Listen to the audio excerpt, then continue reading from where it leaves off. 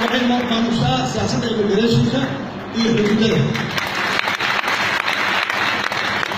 haddaad maqashaan dowlad awoodeeda oo intaas ah dowlad goboleedyada waxaa u soo haray in adeegii ay gaarsiiyaan hadday tahay waxbarasho hadday tahay caafimaad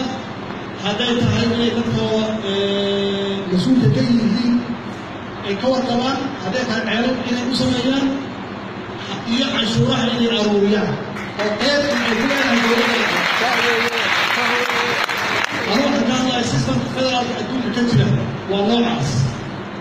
laakiin maamul goboleed hadduu yidhaahdo siyaasad arrin dowladeed aan leeyahay oo gaar ah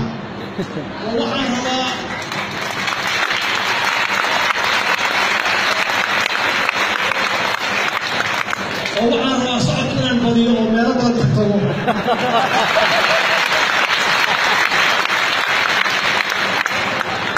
maashantaada waxay tahay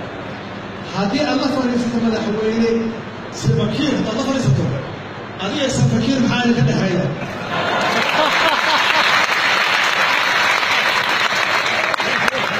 maxaa kala seexan kartaan in adigu dowlad goboleeda tahay ninkaan wuxuu madax ka yahay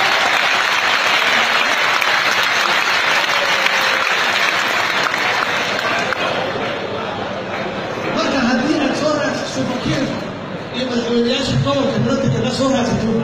ama ra-iisul wasaarayaasha soo raadsato macnaheedu waxay tahay waxaad muujinaysaa dalkaaga inuu kala daadsan yahay dalkaaga inuu fowdo yahay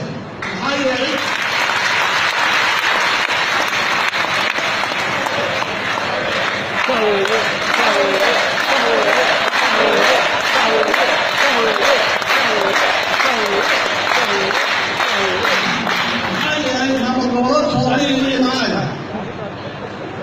ima imaanaya